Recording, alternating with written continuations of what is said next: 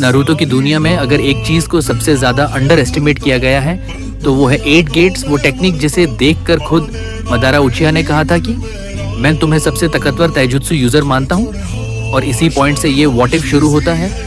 सोचिए अगर वही 8 गेट्स नारुतो उजुमकी के हाथ लग जाते, एक ऐसा लड़का जिसके पास कुरामा की नियर इन्फिनिट चक्रा और रिजेनरेशन ऑलरेडी मौजूद है, तो वो सिर्फ स्ट्रॉन्ग नहीं बल्कि लगभग इमॉर्टल वेपन बन जाता। एकेडमी के दौरान जब नारुतो बार बार निंजुत्सु और गेंजुत्सु में फेल होता है, माइट गाय उसमें रॉक ली की झलक देखता है।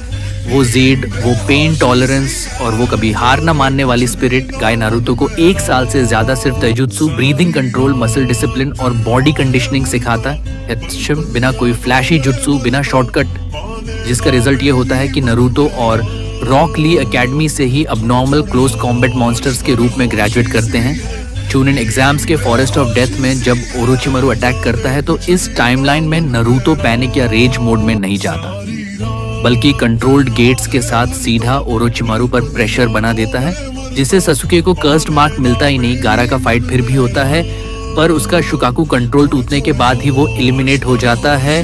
प्रिलिमिनरीज में नारुतो नेजी को डेस्टिनी के लेक्चर से नहीं बल्कि रॉ स्पीड, टाइमिंग और गेट बूस्टेड स्ट्राइक से हरा देता है। और वहीं से निंजा वर्ल्ड को पहली बार समझ आता है कि ये जिनचुरिकी सिर्फ चक्रा का बॉम्ब नहीं बल्कि एक ट्रेंड फाइटर है। आगे चलकर जब अकात्सुकी मूव करती है तो टीम 7 का पावर गैप इतना ज्यादा होता है कि डीदारा जैसे लॉन्ग रेंज स्पेशलिस्ट को नारुतो क्लोज कॉम्बैट में कुछ सेकंड्स में न्यूट्रलाइज कर देता है।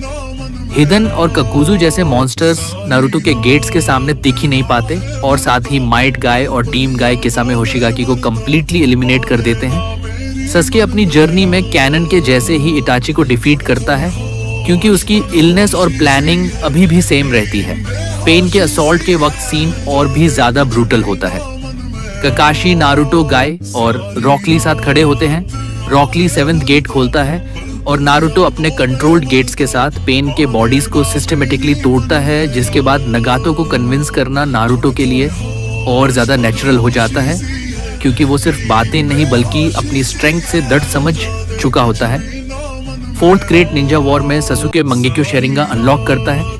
ओबिटो रिनेगन के साथ कबूतो के रिएनिमेशंस का यूज करता है, लेकिन नारुतो यहाँ एक और शॉकिंग चीज करता है, वो कुरामा से लड़ता है 7 गेट्स के साथ और उसकी पावर फोर्सफुली नहीं बल्कि स्ट्रेंथ और विल से जीत कर हासिल करता है। इटाची और ससुके इज़ानामी से कबूतो को ट्रैप करते हैं और एदो टेंसी उंदो होता है। फाइनल स्टेज में नारुतो, ससुके, ककाशी और माइट गाय ओबितो के सामने खड़े होते हैं। गाय 8 गेट्स खोलता है, ओबितो टेंटेल्स जिनचुरिकी बनता है, पर फिर ब्लैक जेट्सु का बिट्रेयल होता है और कगुया रीबॉर्न होती है, जहां हगोरोमो नारुतो और ससुके को 6 पाथ्स पावर देता है। और ये क्लियर हो जाता है कि सिर्फ 8 गेट्स भी काफी नहीं होते अगर 6 पाथ्स जैसे डिवाइन पावर न मिले। और अंत में नारुतो 6 पाथ्स, सेंजुत्सु और यिन पावर के कॉम्बिनेशन से कगुया को सील करता है। इस टाइमलाइन में नारुतो कभी बरियोन मोड तक जाता ही नहीं, क्योंकि उसकी बेसिक स्ट्रेंथ, गेट्स मास्टरी और कुरामा सिनर्जी इतनी ज्यादा होती है कि वो इशिकी जैसे ओत्सुत्सुकी के सामने भी खड़ा हो सकता है। और कहानी का सच ये बनता है कि माइट गाय ने नारुतो को सिर्फ स्ट्रॉन्ग नहीं बनाया, उसने उसे एक ऐसा वॉरियर बनाया जो पावर को झेल भी सकता है और कंट्रोल भी कर सकता है। और अगर आपको ये व्हाट इफ पसंद आया हो, अगर आपको ये सोचना अच्छा लगा हो कि माइट गाय की ट्रेनिंग ने नारुतो को किस लेवल तक पहुंचा दिया होता, तो सोचिए आगे क्या क्या बदल सकता था। शिपुडन, पेन आर्क या फिर इशिकी के खिलाफ फुल फाइट।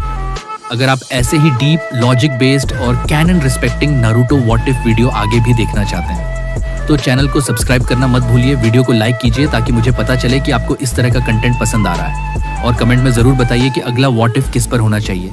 क्या अगर नारुतो ने बचपन से सेज मोड सीखा होता, या अगर इताची कभी विलन बना ही नहीं होता? नोटिफिकेशन बेल दबा दीजिए ताकि ऐसी कहानियां आपसे मिस ना हो, क्योंकि यहाँ हम सिर्फ कहानी नहीं सुनाते, हम पूरी नारुतो दुनिया को नए नजरिए से जीते हैं। मिलते हैं अगले वीडियो में, तब तक याद रखिए, युवा कभी हार नहीं। तो सुनो what if क्या होता अगर Naruto Sasuke scene full danger, Madara Obito plan full trigger, shinobi world करे बाउंस जब बचता ये बैंगर। what if क्या होता अगर हीरो विलन का रोल हो सब इधर, कानन तो दो सोचो जरा हटकर। With universe scene super banger,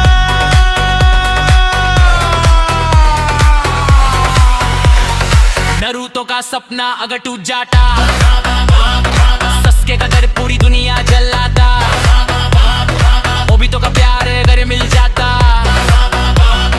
मदरा का प्लान हिस्ट्री बना जाता। ना ये कानून ना फिलर भाई, ये इमेजिनेशन का थ्रिलर भाई, हर वीडियो एक नया सीन, बोले बोले रिपीट भाई रिपीट भाई।